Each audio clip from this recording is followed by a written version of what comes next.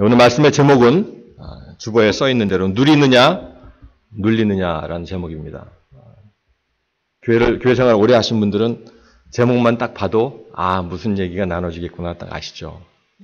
그래서 오늘 본문 고린도후서 보면은 그 앞절을 한번 나눴으면 좋겠습니다. 먼저 고린도후서 4장 3절 보시면 4장 3절에 보시면 만일 우리 복음이 가리웠으면 망하는 자들에게 가리운 것이라.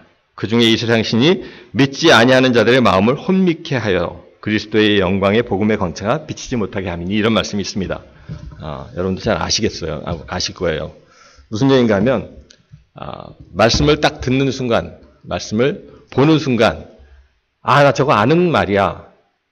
나 저거 들어본 성경 구절이야 라고 생각하는 순간 이미 우리의 마음이 이렇게 여기서 혼미케 된다는 얘기는 원어에 보면 장님이 됐다는 얘기로 적혀 있어요. 장님. 그러니까 그런 생각을 하는 순간 우리의 마음이 딱 닫히고 장님이 되어버리는 겁니다. 우리의 마음이 장님이 되어버리는 거예요. 그러니까 그 뒤에 보시면 그리스도의 영광의 복음의 광채가 비치지 못하게 한다는 거죠. 누가 하는 거냐면 이 세상 신이, 사단 마귀가 그런 생각을 딱 줘서, 우리 생각에 줘서 마음을 불락시켜서 더 이상 복음을 듣지 못하게 한다는 거죠. 제가 이 말씀 드리냐면 누리느냐 눌리느냐, 저거 뻔하지, 무슨 얘기가 나눠주겠다 생각하는 순간 그때부터 복음은 우리에게 들어오지 않습니다. 그래서 여러분들에게 부탁드리고 싶은 것은 처음 듣는 말씀처럼, 처음 보는 본문처럼 들으시면 여러분들 각자에게 은혜가 있을 줄 믿습니다. 아멘. 네. 오늘 읽은 본문의 말씀으로 우리의 삶을 한번 돌아보도록 하겠습니다. 우리 여러분들 누리는 삶을 살고 계십니까? 아니면 눌리는 삶을 살고 계십니까? 각자 한번 돌아봤으면 좋겠어요. 나는 지금 내 삶 가운데 나는 지금 누리고 있나? 누린다는 게 세상 것을 누리는 거가 아니라 하나님과 함께하는 삶, 정말 하나님 말씀 안에서 주님과 동행하면서 하나님께서 나에게 허락하신 이 삶을 누리고 있나? 아니면 하나님을 섬긴다고 하면서 여전히 눌리는 삶을 살고 있나? 여러분도 한번 돌아봤으면 좋겠습니다. 그래서 혹시 여러분 가운데 눌리는 삶을 살고 계신 분이 계시면 오늘 말씀을 통해서 자유케 되는 역사가 있었으면 좋겠습니다. 성령께서 해주시리라 믿습니다. 여러분들 마음을 여시면 내가 왜 눌리고 있었구나, 내가 왜 눌리고 있었는지 이제야 알겠다라는 것을 아마 깨닫게 되실 것 같아요. 우리 아까 집사님 잘 읽어주셨는데 제가 한번 천천히 이렇게 정리를 하면서 한번 읽어드리겠습니다. 한번 눈으로 한번 쫓아오시기 바랍니다. 우리가 이 보배를 질그릇에 가졌으니, 7절에 보면 이 보배를 질그릇에 가졌다고 얘기하고 있습니다. 그리고 8절에 보시면 우리가 사방으로 우겨쌈을 당하여도 그 다음에 쌓이지 아니하며 답답한 일을 당하여도 낙심하지 않고, 박해를 받아도 버림받지 않고, 거꾸로 뛰임을 당하여도 망하지 않는다고 얘기하고 있습니다. 그걸 잘 염두에 두시고 말씀을 들으시면 좋겠습니다. 오늘 본문의 그 장면은, 본문은 영화의 한 장면을 생각하시면 돼요. 영화. 여러분들 영화 좋아하십니까? 영화에 나오는 주인공을 상상하시면 좋을 것 같아요. 아무리 두들겨 맞아도 금방 회복이 됩니다. 그죠? 영화의 주인공들은 아무리 그냥 진짜 험한 불 부르고 난리를 쳐도, 심지어는 교통사고를 당하고 비행기가 추락을 해도 그렇게 크게 다치지 않고 조금 지나면 금방 회복을 합니다. 그리고 총을 맞아도 대부분 이렇게 스쳐 지나가죠. 이렇게 스쳐 지나가는 정도로 상처를 입습니다. 주인공이 사용하는 총들은 여간에서는 총알이 떨어지지 않습니다. 권총 한 자루만 있으면 수많은 적들을 다 물리칩니다. 탄창을 가는 걸 영화에서 보기 힘들어요. 계속 쏘는데 총알은 안 떨어집니다. 오늘 우리가 함께 읽은 본문이 영화 속의 주인공들의 모습입니다. 영화 속의 주인공. 근데 그들이 사방으로 조여들어도 절대 움츠러들지 않고, 답답한 일을 당해도 결코 낙심하지 않고, 어려움이나 박해를 당해도 버림받지 않고, 거꾸로 뛰림을 당하지만 절대 망하지 않습니다. 과연 그럴 수 있을까? 말씀을 읽으시면서 과연 이럴 수 있을까? 영화 속의 한 장면을 상상하시면 그걸로 끝이고, 근데 사실 이런 것들이 영화 속의 허황된 모습이 아니라 이미 하나님께서 우리에게 주신 엄청난 능력이라는 거예요. 여러분 각자에게 주신 엄청난 능력이라는 거예요. 여러분 믿으십니까? 아멘 안 하시는군요. 여러분 믿으십니까? 아멘. 믿음대로 될 줄 믿습니다. 실제로 우리가 이런 사람들이에요. 실제로 우리가 이런 사람들이라는 거죠. 당연히 이렇게 살아야 되는데 우리는 그렇게 살지를 못하고 있습니다. 7절에 보시면 보배를 질그릇에 가졌다고 얘기하고 있습니다. 굉장히 중요한 말씀입니다. 우리는 질그릇에 자꾸 신경을 써요. 이 말씀을 읽으면서도 그냥 보배를 질그릇에 가졌으니 우리는 자꾸 질그릇에만 신경을 쓴다는 얘기죠. 그런데 더 중요한 건 뭐냐면 보배를 가졌다는 건데 우리는 질그릇만 신경을 쓴다는 거죠. 그러니까 우리가 살아가면서 자꾸 질그릇만 보이는 거예요. 나만 보이는 거죠. 나만. 내 안에 누가 계신지를 봐야 되는데 그게 아니라 나는 누구인가를 자꾸 생각하는 거죠. 아, 질그릇이야. 그러니까 눌리면서도 나는 어쩔 수 없어. 우리 안에 예수 그리스도라는 보배를 가졌다고 말씀하고 있습니다. 우리가 대단해서가 아니라 우리는 아무것도 아니에요. 질그릇이에요. 우리가 뭐 대단한 사람이 아니라 뭐라고 하십니까? 우리는 그저 보잘것없는 질그릇이지만 우리 안에 누굴 담고 있습니까? 보배를 담고 있습니다. 여러분들 아무리 비싼 도자기라도 아무리 막 고려 청자니 뭐 이런 비싼 도자기라도 그 안에 오물을 담아놓으면 뭐라 그래요?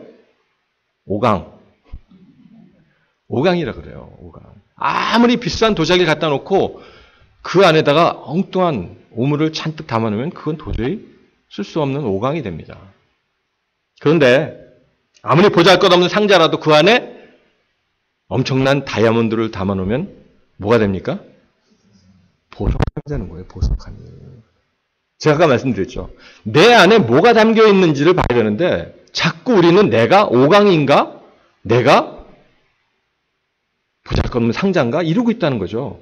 그러니까 자기가 엄청난 도자기, 엄청난 그 도자기라고 생각하면 으쓱해서 다니는 거예요. 자기 안에 뭐가 담겨 있는지도 모르고 자기가 엄청난 그 도자기니까 자부심을 느끼고 사는 거죠. 근데 그 안에 뭐가 있냐면 오물이 담겨 있다는 거예요. 반대로 내가 보잘것없는 상자라 그러면 내 안에 담겨 있는 거에 상관없이 쭈그러서 사는 거예요. 쭈그러서. 보잘것없는 박스, 보잘것없는 상자. 여러분들 내 안에 뭐가 담겨 있는지 거기에 초점을 맞춰서 사시기 바랍니다. 우리가 대단해서가 아니라 우리 안에 담겨 있는 보물이 중요한 거지. 우리는 여전히 보배를 질그릇에 담고 있는 사람들이라는 거죠. 그러니까 절대 움츠러들거나 낙심할 필요가 없는 거예요. 낙심할 이유가 없는 거죠. 내 안에 누가 있는지를 알게 되면.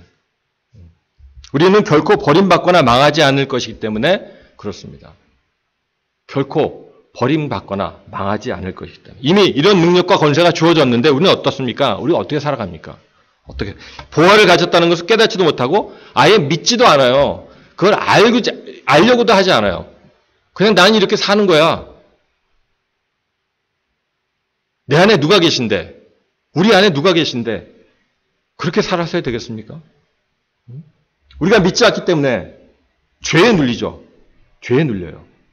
믿질 않으니까 죄에 눌리는 거죠. 그 다음에 죽음에 눌리고 병에 눌리고 옛날 기억에 눌리고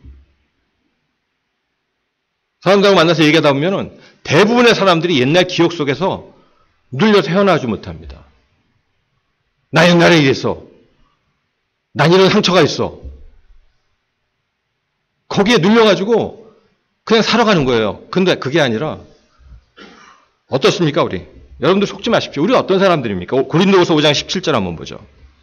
고린도후서 5장 17절 같이 한번 읽겠습니다. 시작. 그런즉 누구든지 그리스도 안에 있으면 새로운 피조물이라. 이전 것은 지나갔으니 보라 새 것이 되었도다. 새 것이 되었도다. 아멘.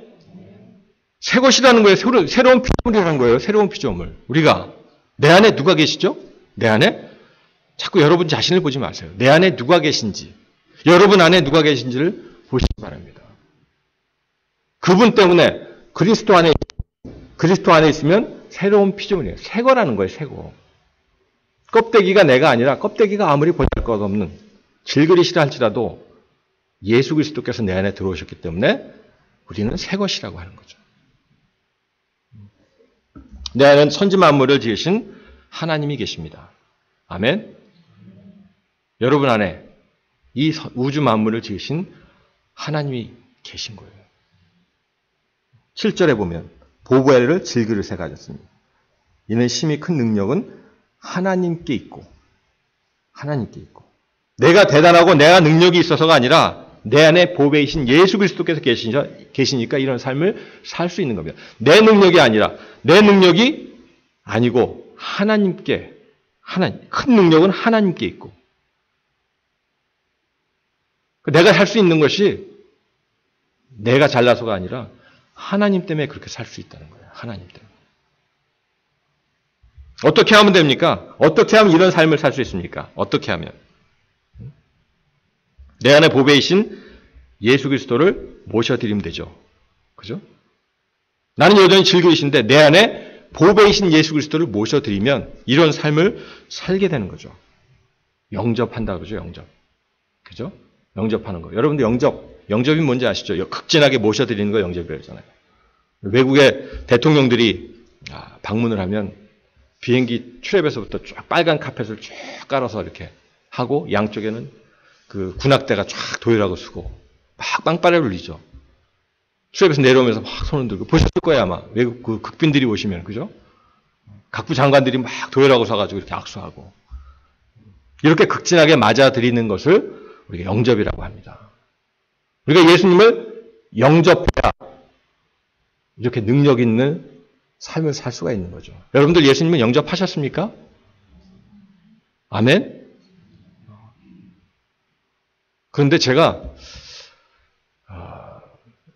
사람들하고 이렇게 복음을 나누다 보니까 예수님을 영접하셨다는 분들이 참 많아요. 여기 계신 분들도 많이 영접하셨죠. 그런데 영접은 하셨는데 내가 내 안에 모셔드린 분이 누군지는 모르고 모셔드린 분들이 많아요. 모셔드리긴 했는데 내가 확신 있게 누군가를 모셔드린 것이 아니라 남의 얘기를 듣고 모셔드린 거예요. 좋대더라. 예수님이 나의 죄를 위해 십자가에 돌아가셨대더라. 그러니까 그분을 마음의 주인으로 모시면 천국 간대더라. 영생을 얻는대더라. 이렇게 남의 얘기를 듣고 그럼 한번 모셔볼까? 보험 들듯이 모셔볼까? 이렇게 모신 분들이 많더라는 거죠. 물론 그것 통해서 하나님 역사하실 줄 믿습니다. 그런데 가령 예를 들어서 누가 여러분들 집에 문을 똑똑똑 두들겨요. 그러면 여러분들 어떻게 합니까? 제일 먼저 누구세요? 이렇게 물어보죠. 누구세요? 물어봐요. 아니면 이렇게 구멍으로 이렇게 내다봐요. 누군가 하고. 아니면 창문 틈으로 이렇게 보든지. 근데 여러분 아는 분이 바깥에 서 있으면 더 이상 물어볼 필요도 없이 문을 열죠. 그죠?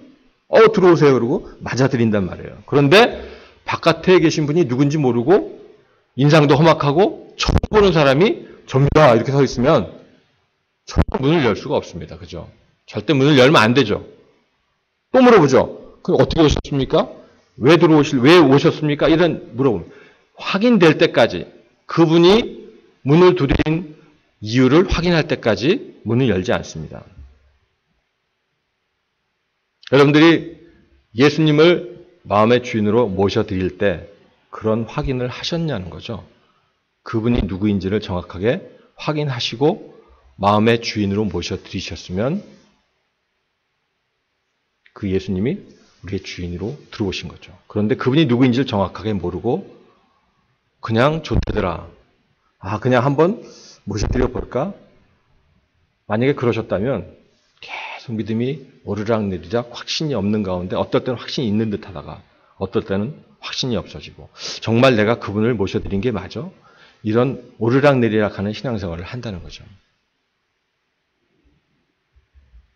예수님이 여러분들 마음에 들어오실 때 그분이 하나님이심을 정확하게 믿고 모시셨습니까?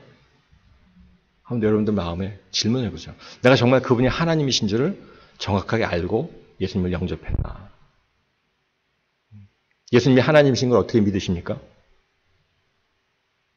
나하고 관련도 없는 저쪽 팔레스타인에 살았던 2000년 전에 그것도 살았던 예수라는 분이 어떻게 하나님인 줄 알고 모셔 드리셨냐는 거죠.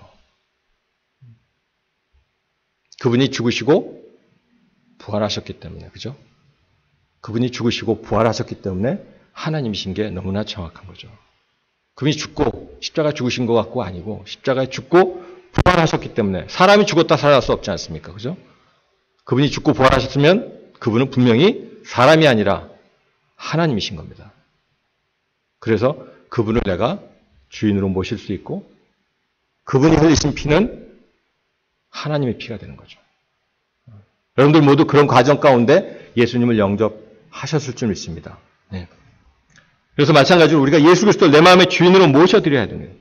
지금까지 내가 예수님 믿지 않고 내 마음대로 내가 주인대로 살았던 그 죄를 회개하고 그 예수님을 내 마음의 주인으로 모셔드릴 때, 그럴 때 그 하나님이 내 안에 들어오시면 그 하나님께서 나의 주인 되셨어요.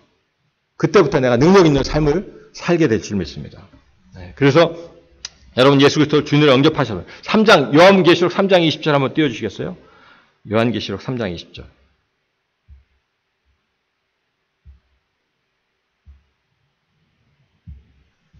같이 한번 읽겠습니다.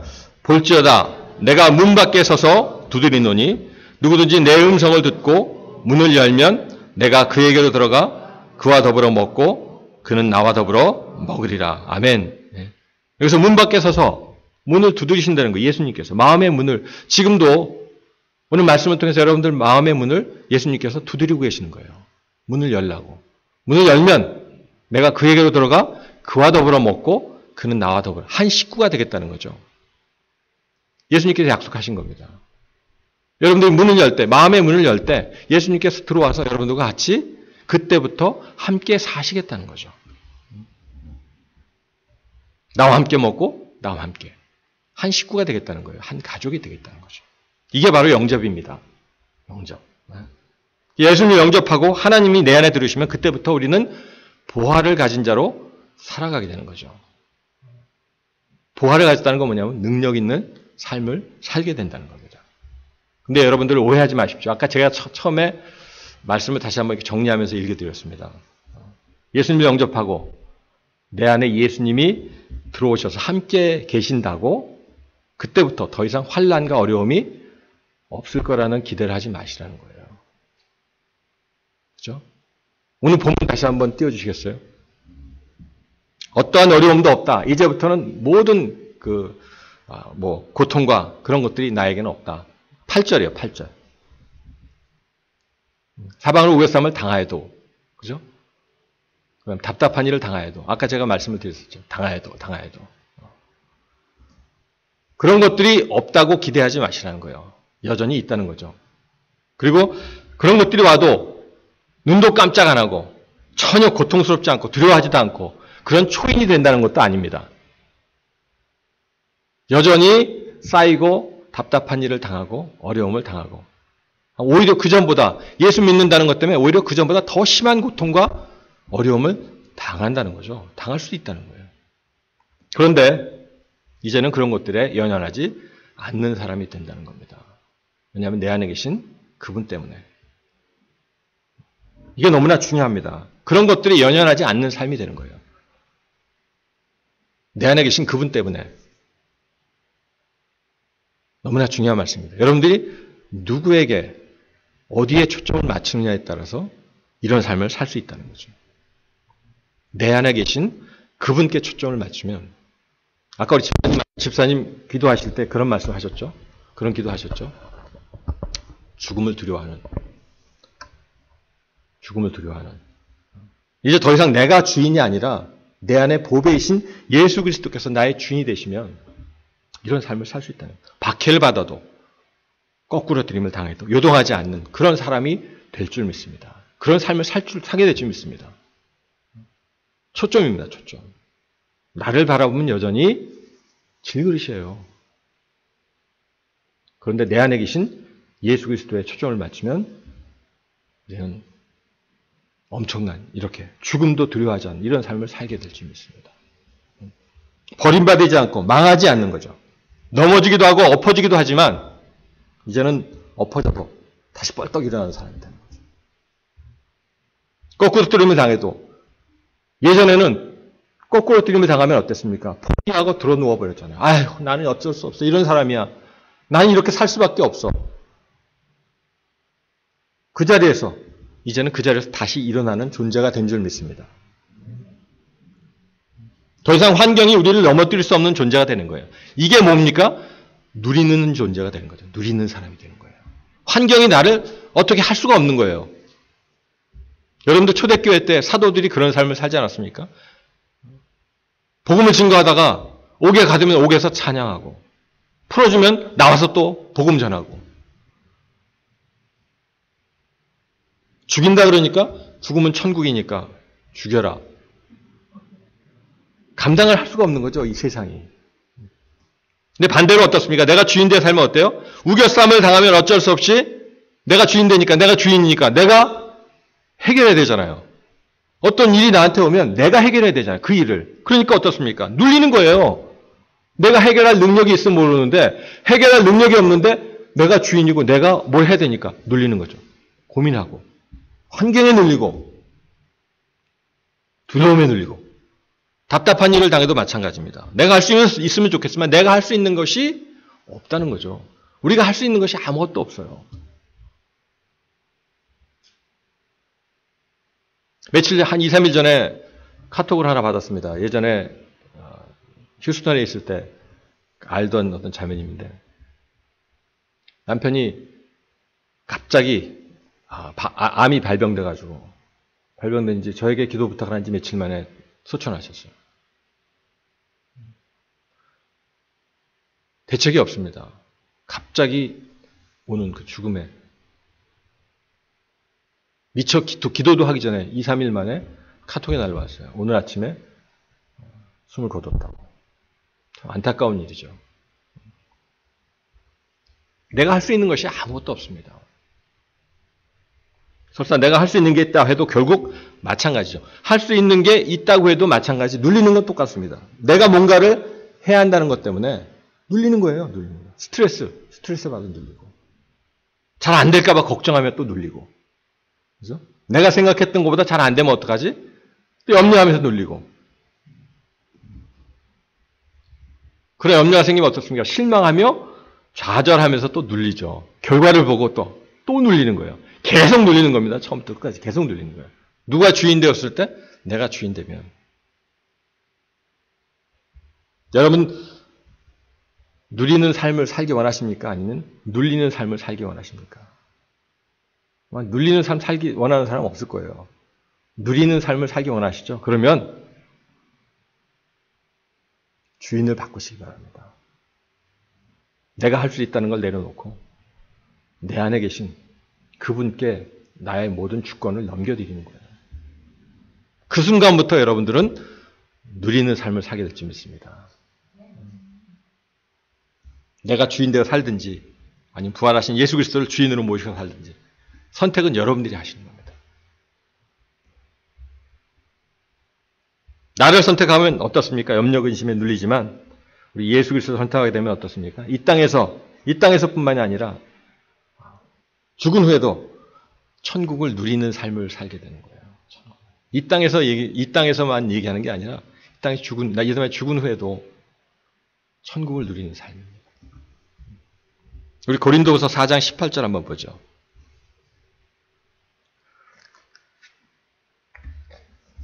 같이 읽겠습니다. 시작.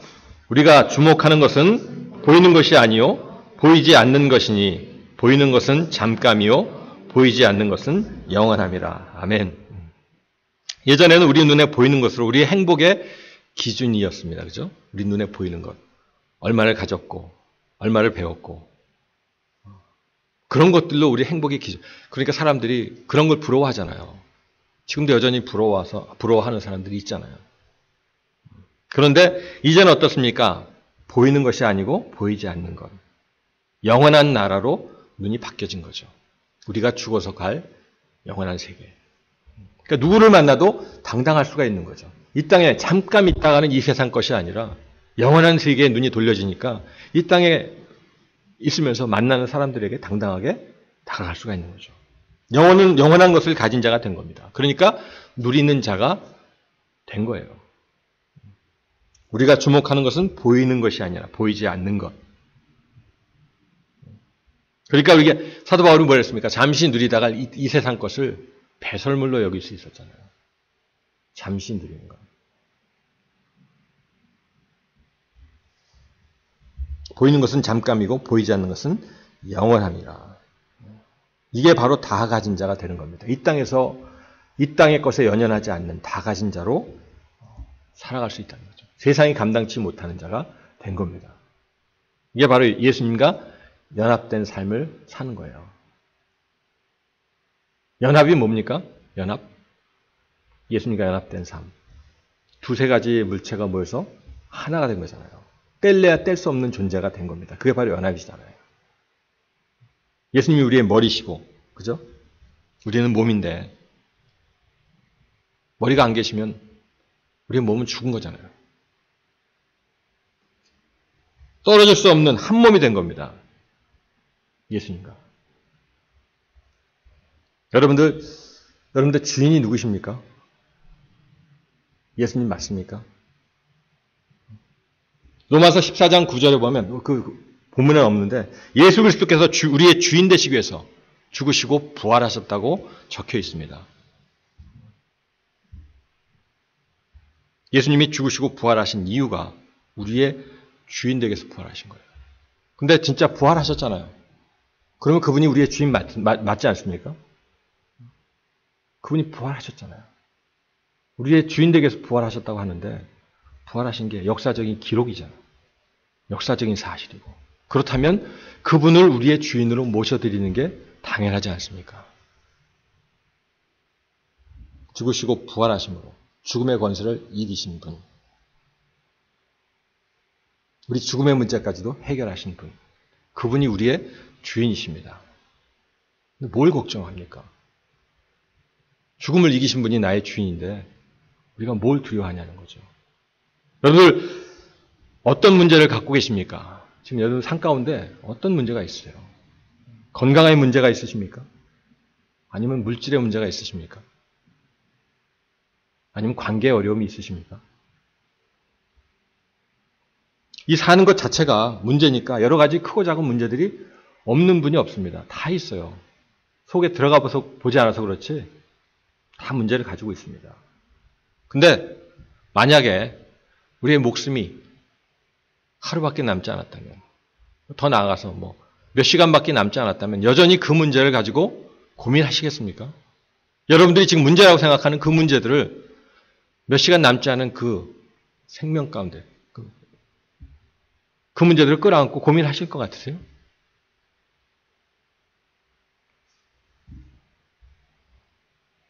문제가 없어진다는 것이 아닙니다. 그 문제가 더 이상 문제로 여겨지지 않는다는 거죠. 오늘 말씀이 그렇습니다. 더 큰 것이 생기고 더 중요한 것이 생기고 나니까 그런 문제가 여전히 우리 앞에 다가오지만 더 크고 더 중요한 것이 나에게 있으니까 그런 문제들이 더 이상 문제로 여겨지지 않는다는 거죠. 이 세상에 죽음의 문제보다 더 큰 문제가 없기 때문에 이게 시한 분이세요. 몇 시간 남지 않은 생명이 남아있지 않다면 그러한 여러 가지 내가 지금 막 힘들어하고 그런 문제들이 더 이상 문제로 여겨지지 않는다는 거죠. 여전히 그 문제들이 남아있지만 이제는 그것들로 흔들리지 않는 겁니다. 우리의 삶을 흔들지 못하는 거죠. 그럴 때 비로소 우리가 누리는 삶을 살게 될 줄 믿습니다. 그것들로 인해서 눌리지 않는 거죠. 예수님께서 나의 주인이 되시는 순간 더 이상 그것이 문제거리가 되지 않는 거라는 거예요.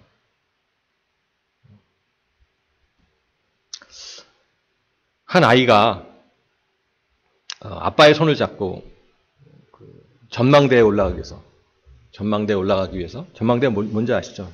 저 빌딩 꼭대기 제일 탑에 있는 전망대에 올라가기 위해서 엘리베이터를 탔습니다.